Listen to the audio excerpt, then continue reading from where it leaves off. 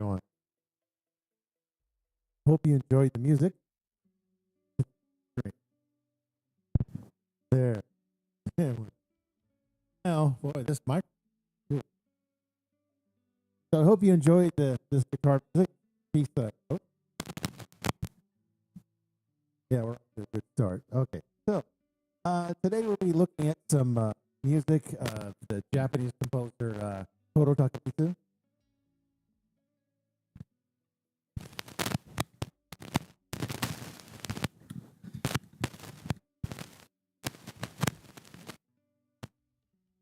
There, how's that? That's better. Boy, lose connection.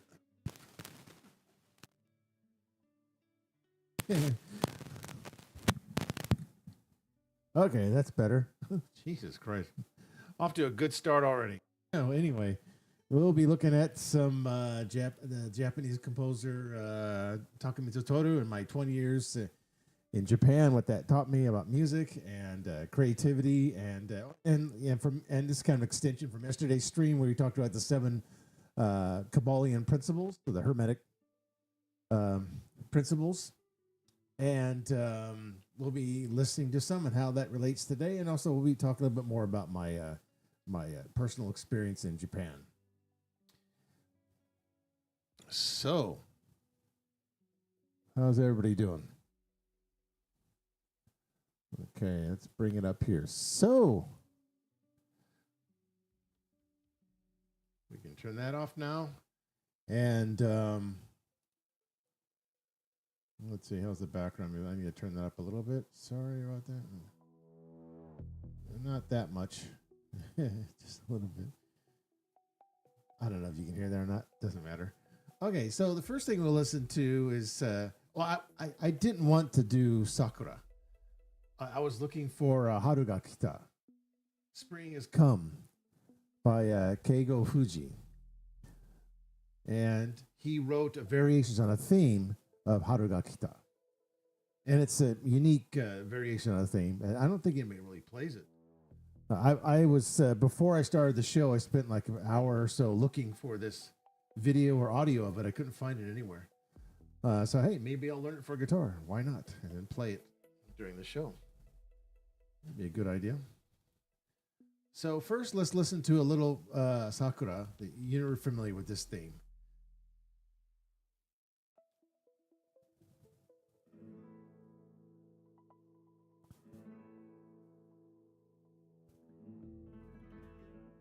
I recognize that guitar. That that design, that sound hole design. What is that? I forgot his name. Sakai? His name, because he has that Rosetta pattern around the sound hole there. But anyway.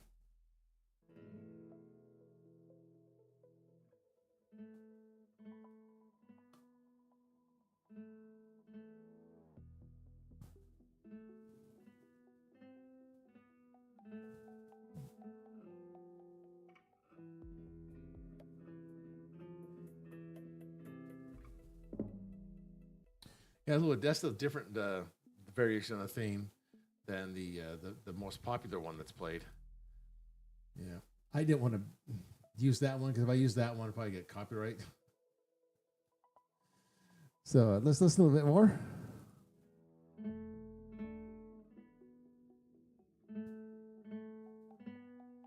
This isn't a variation on a theme, though. It's not the same one. She's just playing this straight. She started out with the chords that were just suspended chords. Simple, I think, 5-note chords. Wasn't anything too fancy. It kind of rates of the simplicity of the music. But we'll get into that.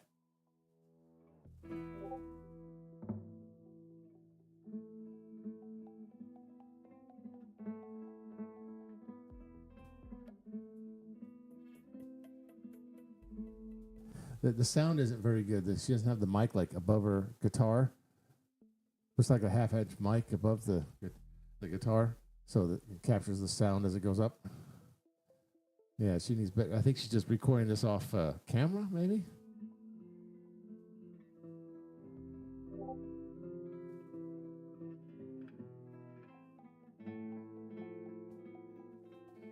Like I didn't want to pick a famous performer playing this because it might be copyrighted.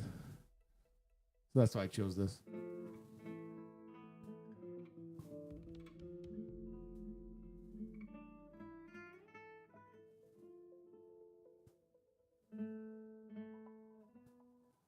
Yep. Okay. So that's it for that. And let me see this video here before we get into it.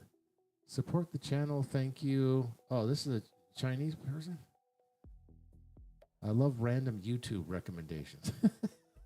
Thanks for the positive feedback. All right, let's get out of here. See, I was looking for Haruga Kita for guitar. I couldn't find it.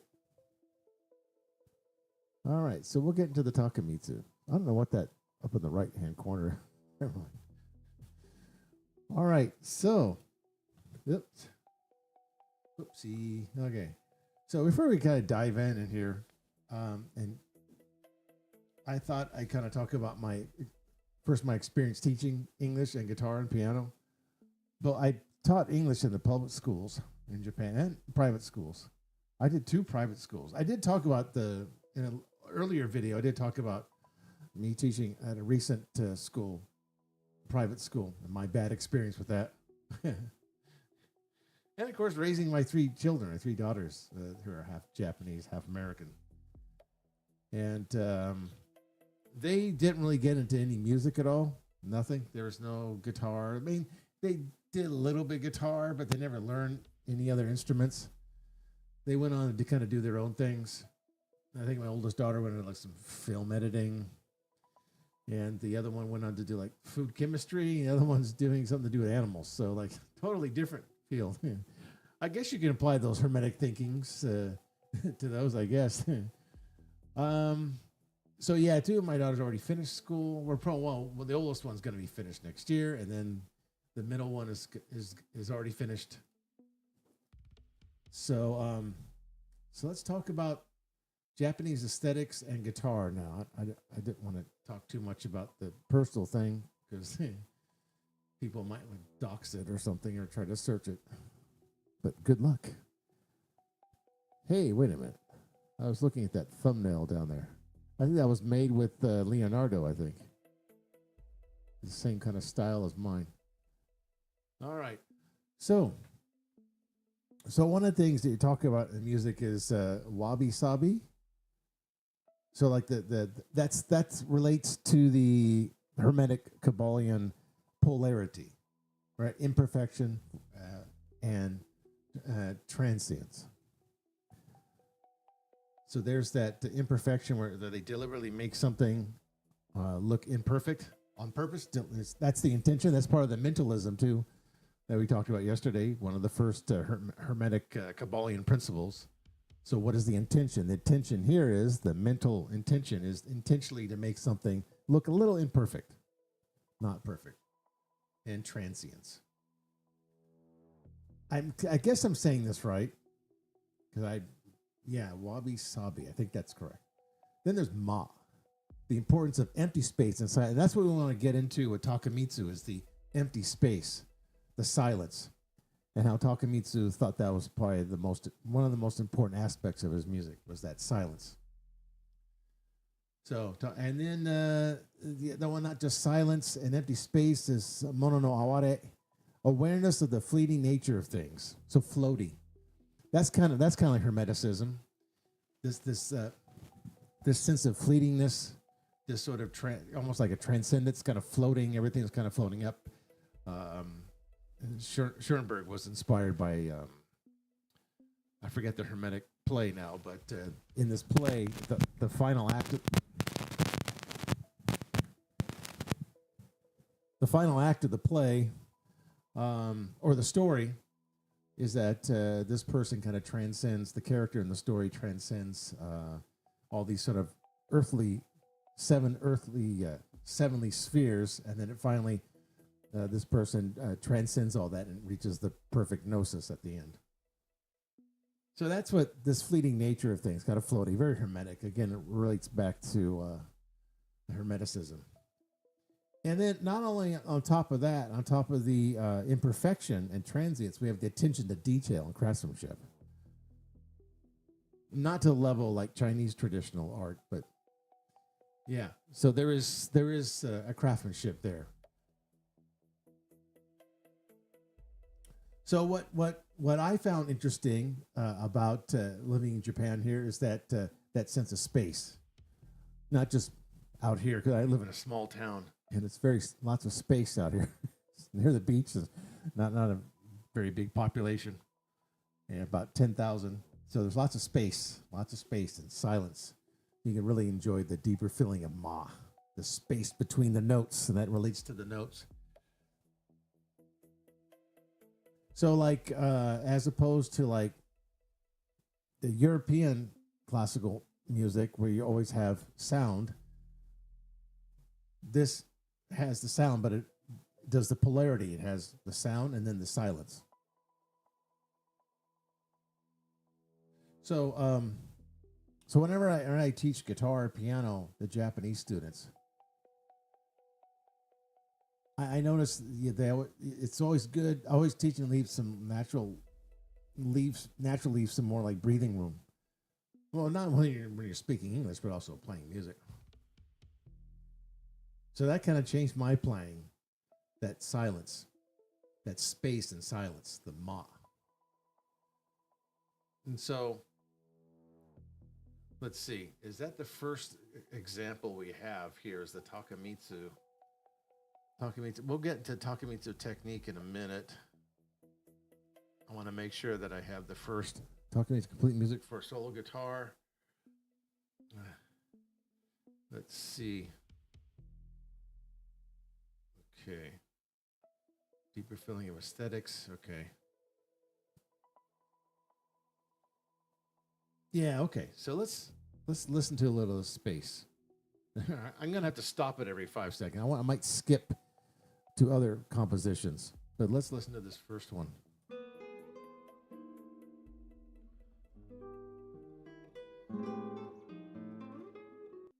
Yeah, that one. Wasn't that the folios for guitar? All right.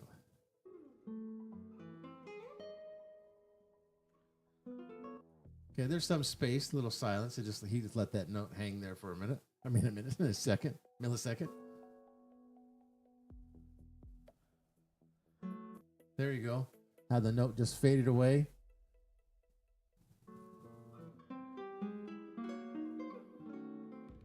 Okay, so I don't want to play too much. I got to do the 5-second rule here. All right, let's move on to the next one. Let's do the next piece. This is a commercial thing. I forgot. I have it installed. Ad blocker on this browser.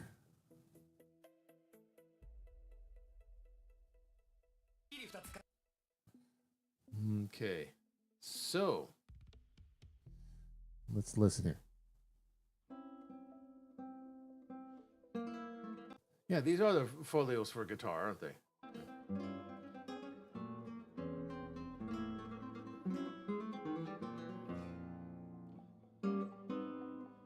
Yeah. That's a good example of that, too. He does that a lot there. All right. Let's listen to a little bit more.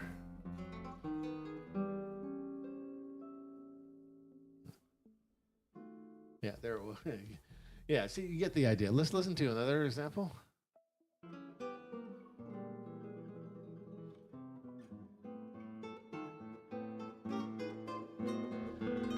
Yeah. Okay, that one didn't have it much. I think that To the Edge of Dream does that.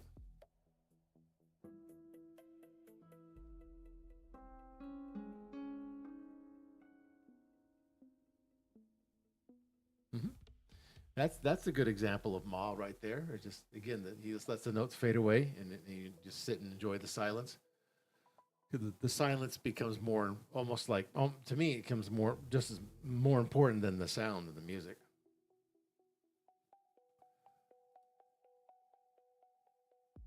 Okay. Equinox. Let's listen to Equinox. There it is. A little bit of that.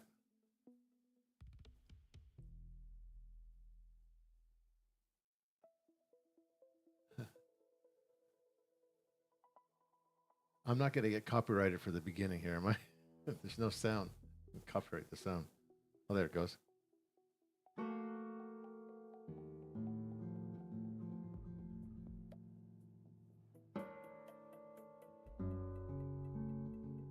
Yeah, that's a good example of polarity, the contrast there. The thick chord at the top, and then the deep notes in the bass, the E flat there.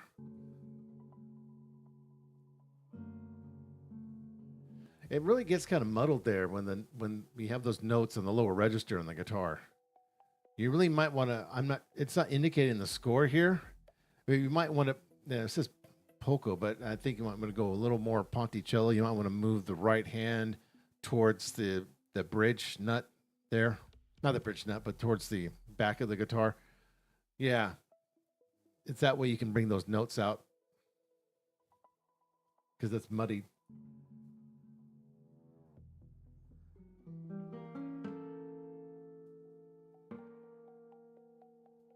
You can see the space here between the notes. Okay, so let's see. Let's listen to a little bit more.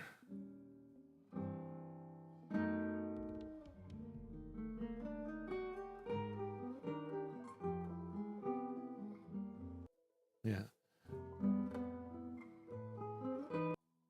Yeah, it'll get here, the rasgueado, and it'll just fade out. There's a quarter rest, dotted quarter rest over there.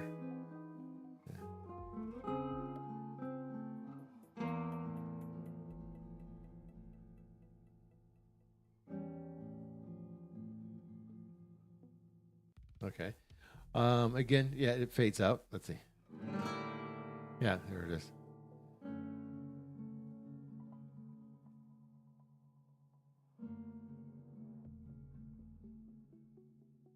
Now, was that his intentions to write those chords like that in the lower register? Because it is muddled. It's hard to really differentiate. Is that the purpose of it? Equinox. Listen to a couple more seconds here.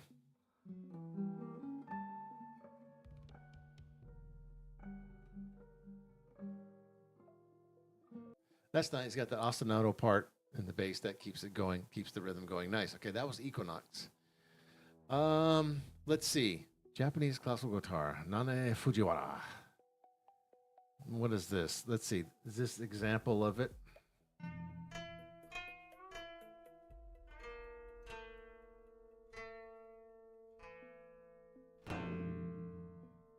Oh, that was the introduction? I thought that's not a classical guitar. That's a koto. Hi, my name is Nanai Fujiwara, and I'm a classical guitarist. They put Nanai. This is Nanae. Based in Chicago. I was born. Let's see. Let's listen. Oh, it's Sakura again.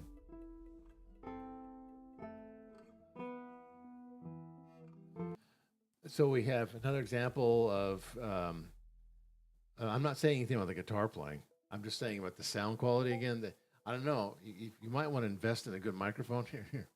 Here, I'm talking like a hypocrite. Look at this shitty microphone I'm using.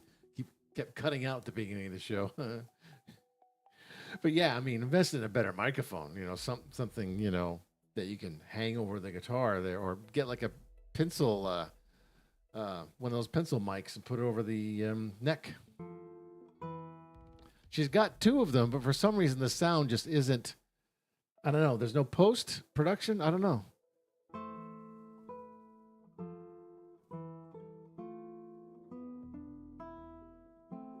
Okay, so the problem is, do this. Well, he's got two pencil mics. One is facing the back of the mic. One mic is facing the front of the guitar, but not really. It's off. It's more facing her right hand, and then the other microphone, for some reason, it's like facing down under that microphone. Shouldn't that pencil mic be up near the nut there? By the headstock, that's where the pencil mic should be. And then the other one should be not so close to the guitar, maybe up above or something. I mean, I usually do mine.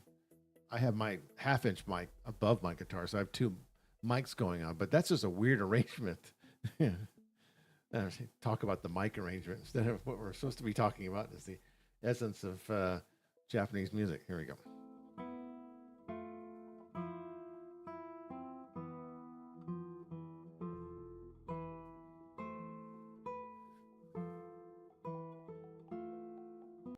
I know, is this her arrangement?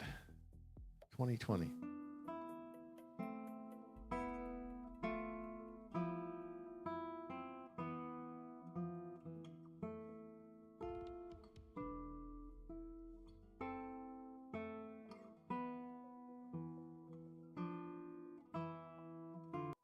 Okay, a lot of chords straight up there. Let's go. Is this variation of the theme? Peace is by the Spanish. Okay, this is supposed to be Japanese classical guitar. Okay, let's. What is this? I don't want to listen to. Okay, I know what that one is.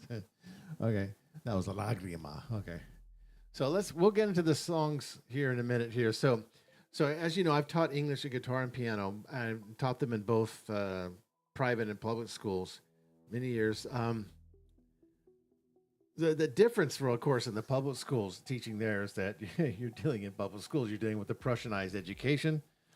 Everyone comes in at the same time, the same classroom, with people, sharing the room with people the same age, all doing the same things. So it's very impersonal. But a private school is a little more personal. As a teacher at a private school, I can customize and tailor and personalize the lesson to the student. So it's not going to be saying it's usually like one-on-one lesson, sometimes a group lesson. The group lesson can be a challenge, especially adults. The kids, not so much, because the kids pretty much do anything you want with them. You do songs and games, so they're just kids. But the adult lessons are a little more tricky to try to balance that. I know that this supposedly that the Japanese education is going to emphasize careful, patient improvement. Now, see, okay, that's not entirely true. I mean, because I've taught so long in so many different situations that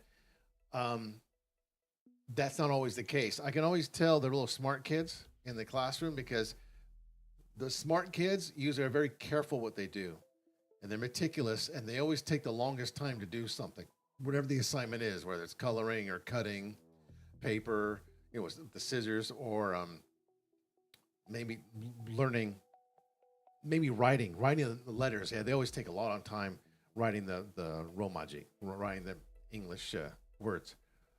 So there is that patience for some, but then there's the other ones that aren't too smart. They're very careless in what they're doing.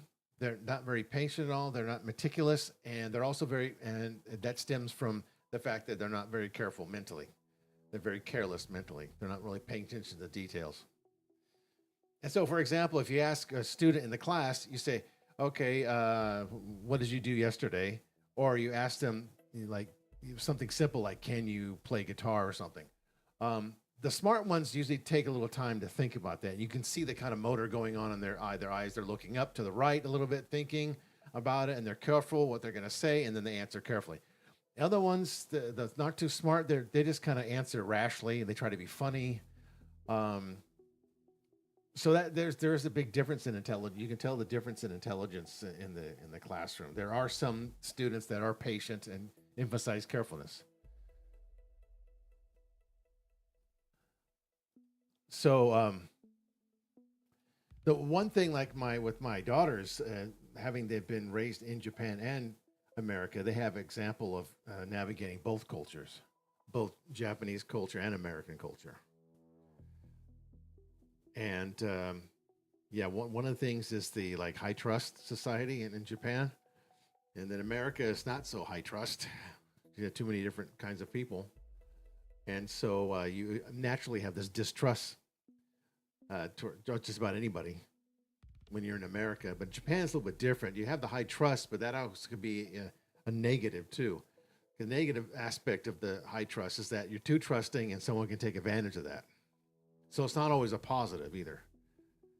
And so, for example, the low trust society in America, when the first time I came to Japan, and that was a long, long time ago, And I was dealing with, I don't know, I went to a cell phone shop, Docomo shop, to get my first cell phone. And I just automatically just didn't, when I went into the shop and talked to the salesman, I automatically did not trust the salesman. It was just instinct, because I was just so used to doing that when I'm in America, not trusting most people that I talk to. So it's just a natural distrust. So when I came into Japan, I thought the same thing. And I thought it was kind of bizarre that people were a little too trusting here. I thought, wow, what are you doing? Someone's going to take advantage of you. So we Americans, we have that street smarts, basically what I'm saying. And it's good that my daughter's kind of balanced out the high trust society, and how people can take advantage of that, the positive and negative of that, and the low trust society, the positive and negative of that in America. So it's interesting balancing those two things. That's what we're talking about today, is that music. We've been talking about Japanese the silence and the space in music. That's what we've been talking about in Takamitsu's music. So what I do when I teach piano, I usually like to give them some kind of simple things, like when I teach piano, use like simple Japanese folk songs. But when I teach guitar, though, it's simple American folk songs. Okay, so before we move on to the Takamitsu, the 12 songs for guitar, we'll listen to some of those experts here. But yeah, living here a long time, and it has made sort of abstract ideas feel very concrete. Yeah. Like concepts like we just talked about earlier, like intention, correspondence, and attention to detail. And that doesn't cross over in the books. But it depends on the person, like I said. There are some careless students I have. They're not too smart. They don't really pay attention to details.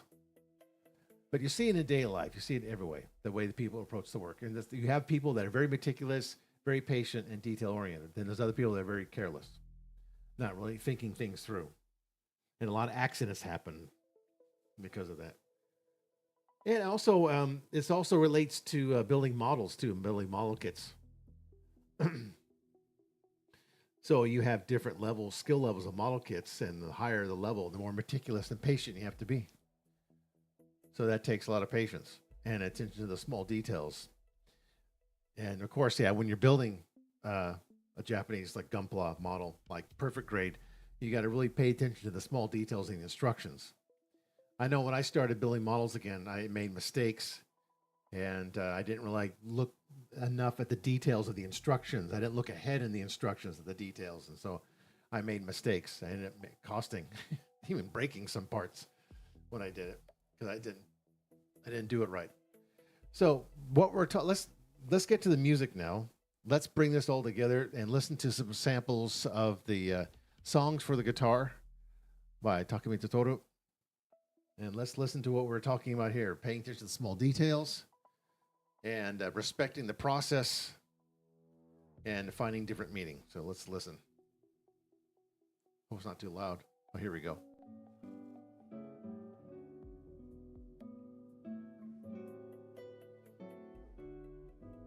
I had this sheet. Do I still have this sheet music? Maybe I do. Londonderry Air. Okay, I remember these. These are arrangements. Oh, he did. That's right. Takamitsu did that arrangement of the Gershwin. Yeah, that's right. I wonder if that's in here.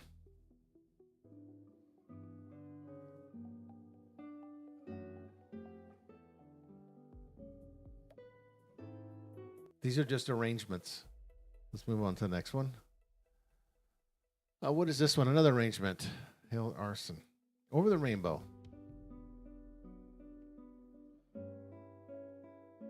So he starts with the introduction like this.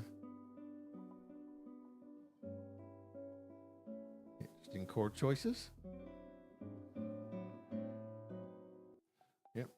Okay, so this is just Over the Rainbow. It's a possible arrangement. You can do it this way. Sure, why not? He has the introduction, which is taken from the the bridge of the song. Let's move on. What is this one? Oh, come on. I have to mute this. Oh, here we go. Oh, here it is, summertime. Now, I don't know if you've heard Carlos Barbosa Lima's version of this one. That's the one I've played before, Summertime. But this is also a good version of Summertime. I thought maybe you can combine both, the Takamitsu version and the Carlos Barbosa Lima version. They're both nice. They both have their pluses and minuses. Yeah, so this is a good example of what we're just talking about here. The space, the silence, letting it fade away, and then we have the attention to detail with the chord voicings. Let's go on. Yeah, the harmonics. Yeah. Uh-huh.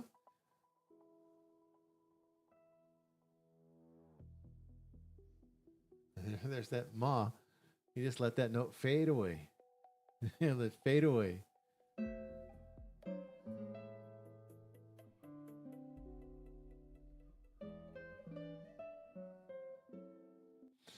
What is Barbosa? I still have that arrangement. I should pull that out. Yeah, it is a little different. All right, let's go on to the next one. I don't want to listen to all of it. Okay, right, this one. Yeah.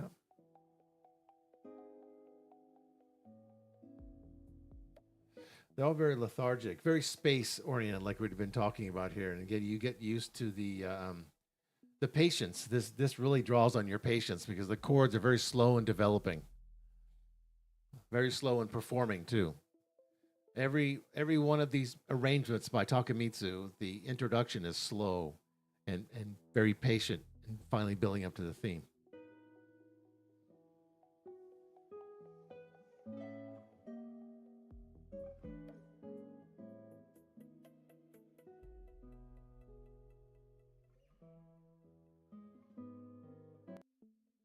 All right. Let's move on to the next one now. I don't want to listen to all of it. The next one, is this a commercial? Oh no, what do we have here? Okay.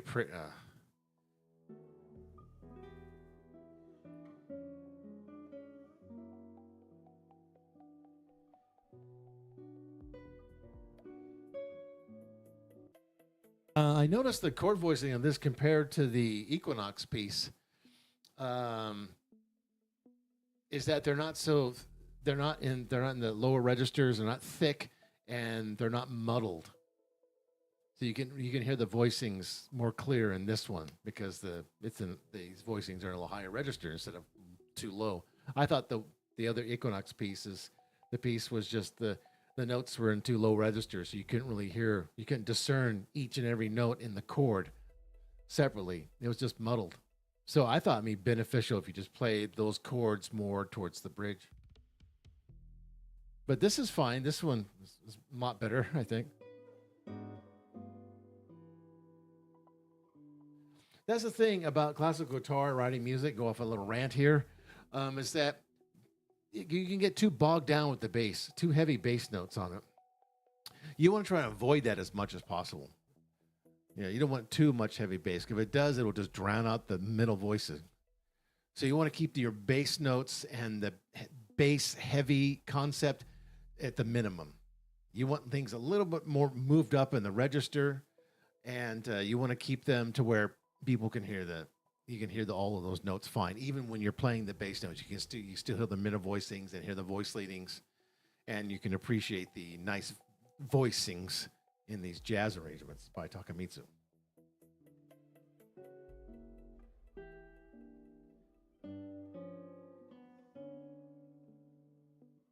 This does a nice job. It doesn't really drown out. And if you're playing a chord like this with B and then it goes down to E, the E, you'll probably want to stop that before you go to the next measure, because if you play this E and then and hold it over to the next measure, it'll muddle up this B. So you want to just cut this off. Get used to like dampening some of these bass notes here. So like the F sharp goes up to F sharp, and then you want to just there's a nice rest there. So these two quarter rests should have been here in this measure where my arrow's at. So you would have stopped that E. So mind that if you're a performer or composer.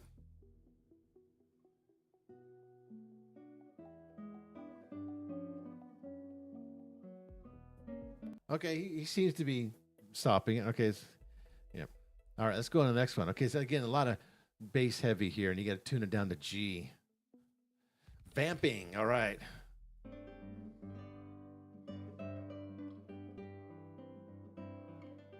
See, again, it to me it's just too bass heavy.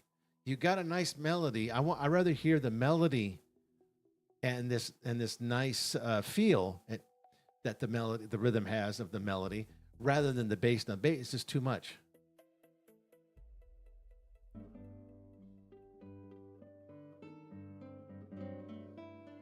Especially when you do the harmonics. So you got a really uncomfortable balance here. You've got the nice high register soprano notes here, E and C, and then you muddle it with the G note too much. You've already got G played here. Why not just sustain the G for the rest of the measure? I know it's the rhythm, da da da da da, but you can imply the rhythm by not playing it, because you've already established the rhythm in the introduction. Bam, bam, bam. There's even a rest here. Bam, bam. It continues. It's repetitive here. So you couldn't have benefited from just, I don't know, maybe cut it off. Maybe displace this G note in some other voicing somewhere. Maybe here, in this measure here, you got a high D, you got the open B, you got a D. Okay, G, B, D. Do you need the fifth? You don't need the fifth. So replace this D note with a G. Now you got G and B. You got the two most important notes of the chord, the root and the third. So it'd be better just to eliminate. I'm going off ranting already about the music arrangement. Yeah, because you already got D in the top voice. So why do you need it here? Just move this G here, put it in the middle voice, and let's go da da da. Play it in the on the third string, open third string instead. That'll keep the notes close together too. That you have the G and the B together, adjacent strings, and yeah, you can just play that. It'd be easier. Yeah, it'd be just three notes. Well, you got four notes. That's what I would have done. It would have sounded a lot nicer. Let me see. Let me get my guitar.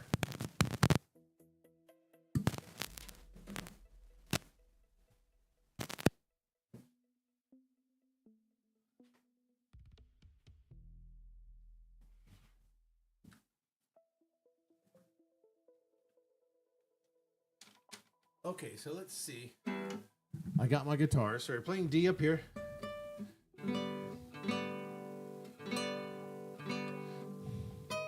Let's see. Da.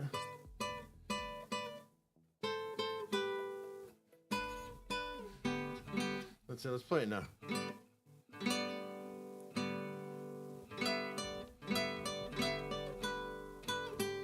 See, that sounds better.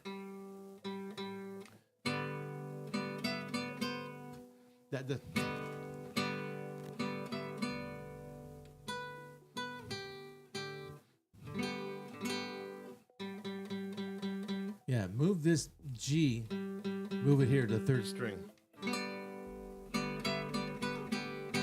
That sounds better, it's brighter. Instead of just having that G note, just whatever, yeah, you get the idea. It sounds better to me. Okay. Sorry about that. All right, let's see. Let's move on to the next piece. What do we got here? We're concentrating on oh God. Okay. We'll listen to one more thing after this. We'll finish up here with the songs, and then we'll listen to Kanahi Yamashita online concert. Yeah, making rice. Yeah. All right, so that's what we're talking about. Attention to detail. That's an attention to detail right there. All right, come on, skip ad. Let's see. Let's see.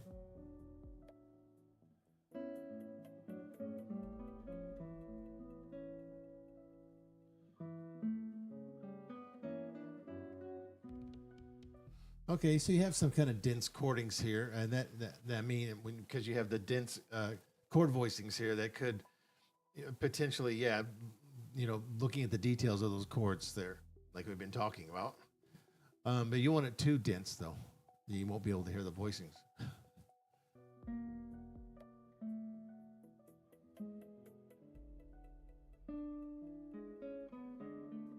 And again, I hate to go on a rant again, but you just notice the bass notes here. There's just too many half notes here, just sustaining the E, the A, the D, the A.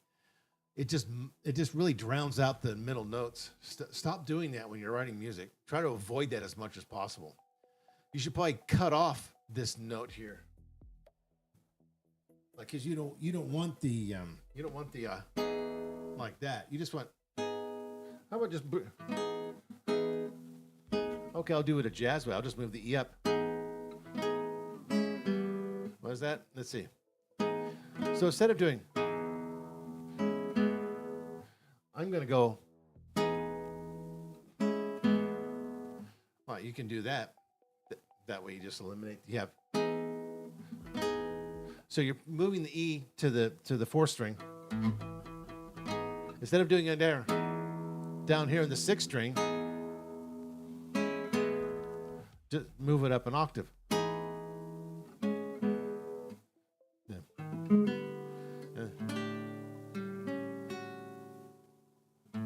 There's that A note. I just stopped the A note. Right there. Because you don't want you want to avoid sustaining these notes in the bass too much, because you want to hear the voice leans here. Speaking is attention to detail. So that's my advice to you when you're composing. Please avoid the bass notes as much as possible. Make it light, because the bass notes like this just become redundant, and it does muddle out the other voicings. It sounds better and brighter if you move these bass notes up an octave, or just eliminate them, or try to mute them as soon as possible. I mean, unless the music calls for like a drone, a bass drone, then do it. All right, let's move on. Next one, let's see. Oh.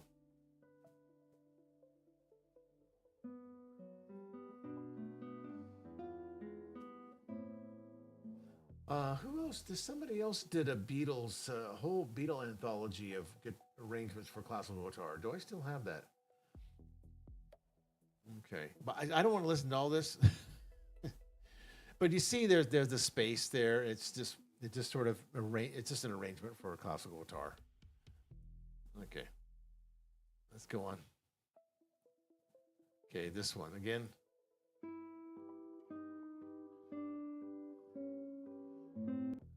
Okay, that's not bad. Little descending chromatic line, and then it does the A note. Let's see. That's good. He cut it off. He cut the A note. By the time he plays the G and the E, he cuts off the A note.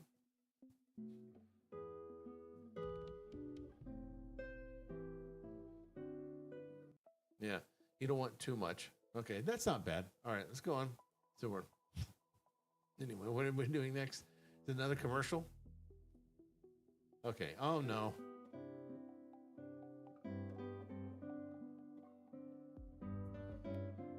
Yeah. Yeah. Is there a way to avoid all that? Because what happens in guitar, I'm ranting on this, is that when you have these notes here, and let's look at the first measure, you have G and G. What happens when you have in the second measure here, when you have G again, you see an eighth rest, but the guitarist won't do it.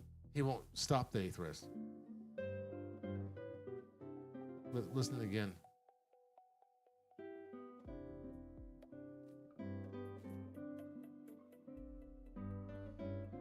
See, he didn't stop it. You got to stop that note. All right, let's go. Oh, come on.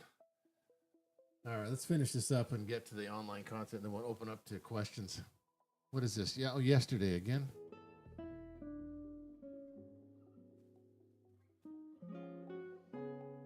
Yeah, that runs the risk. That A note there, that can sustain too much.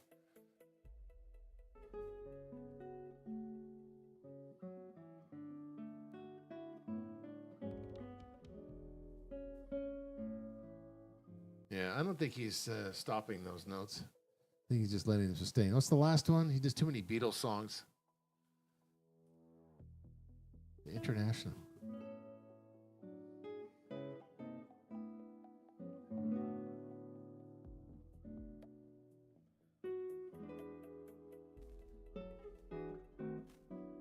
Okay, that's not bad. Okay, we can't get the idea. We get the idea of what we've been talking about here.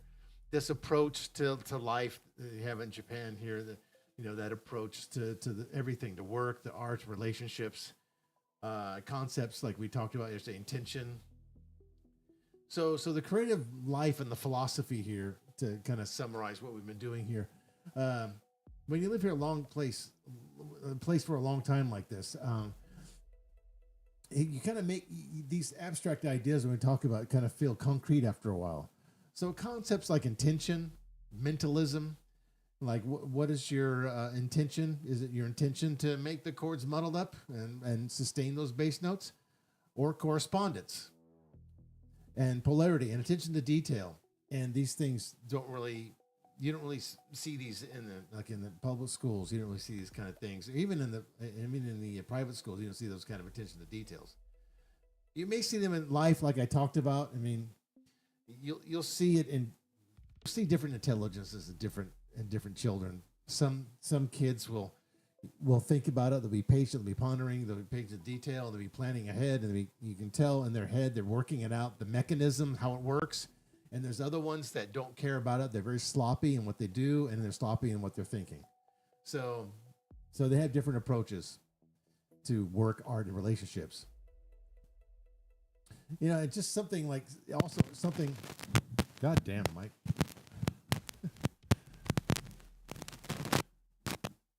Yeah, just something like also like model building kits as well.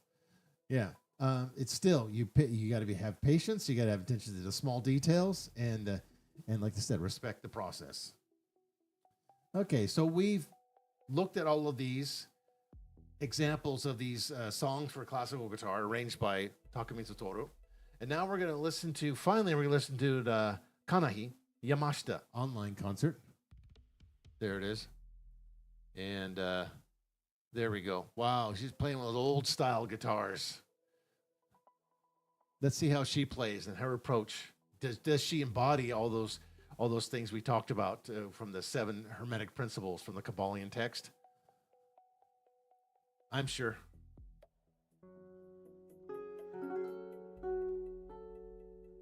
What's she playing here? First, she's playing John Dowland. Then she plays the Prelude by Bach. She plays she's playing different guitars. Okay. Minuet by Fernando So. Oh, I know that one. Okay, and record. Okay, I know all these. What's the last one? Manuel Reeves. We should just skip to that one. Let me hear her playing a little bit.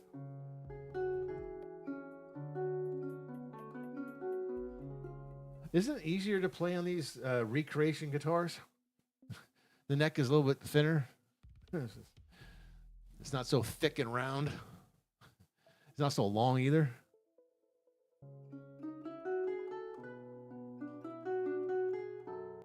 I wonder if she moves her right hand around.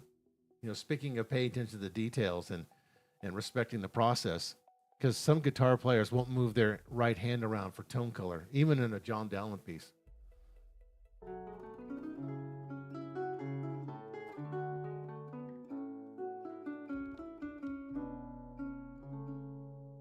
That's interesting why she chose this type of guitar to play the John Dowland on. Shouldn't you play it on a lute?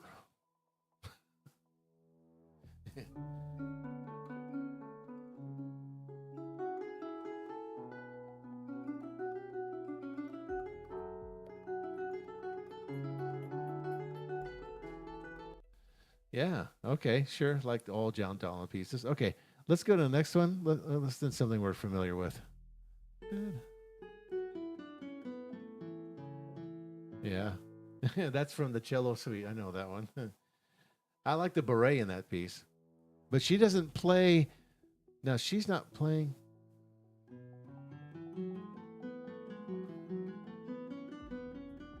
Yeah, she's not playing any of the arrangement I have as John Duarte's arrangement He's got all the bass notes and everything and the harmonies. She's not playing that version.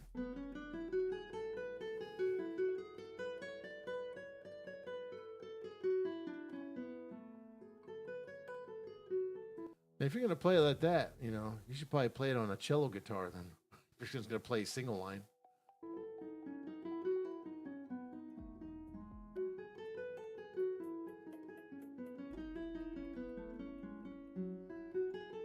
She's not moving her right hand. Okay, let's move on to the next one. Because it kind of that's it.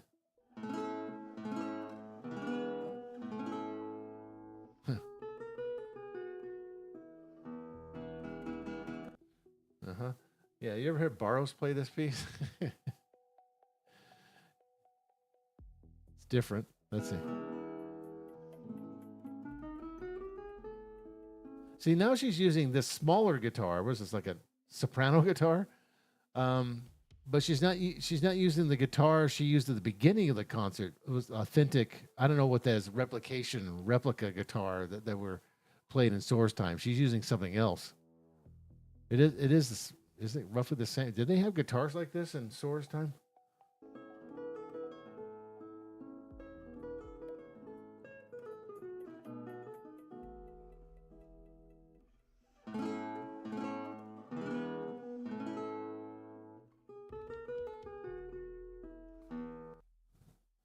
It's all right. It's smooth, but it's not very playful. Like this kind of music would, the attitude would be more playful attitude when playing this kind of Source music or even Mozart. It's got to have a little sense of humor to it as well. And again, she's not moving her right hand. They're getting different tone colors. May sharpen it up a little bit, you know. And it should be a little more bouncy, a little more friendly or happier. Let's go to the next one. Okay. We'll skip. We already listened to that one. I don't want to listen to that piece again. Listen to the last one.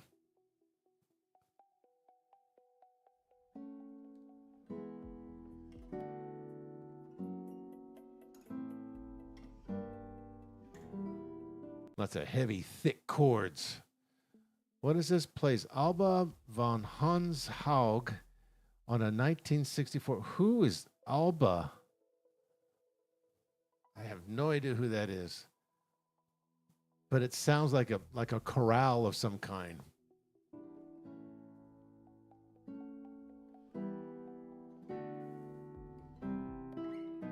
Yeah, sounds like a Bach chorale. You get a Plato cadence?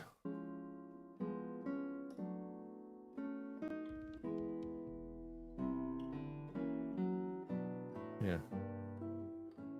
It's I don't know, it's my sound. I don't know what's going on here, but it's like everything we've heard is very heavy bass oriented. It's too much bass.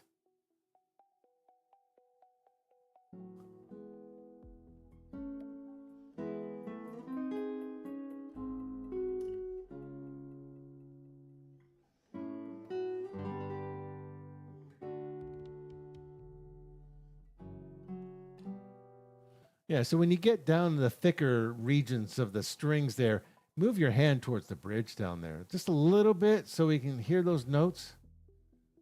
Everything sounds muddy. I don't know why. Maybe it's Saturday night. I don't know.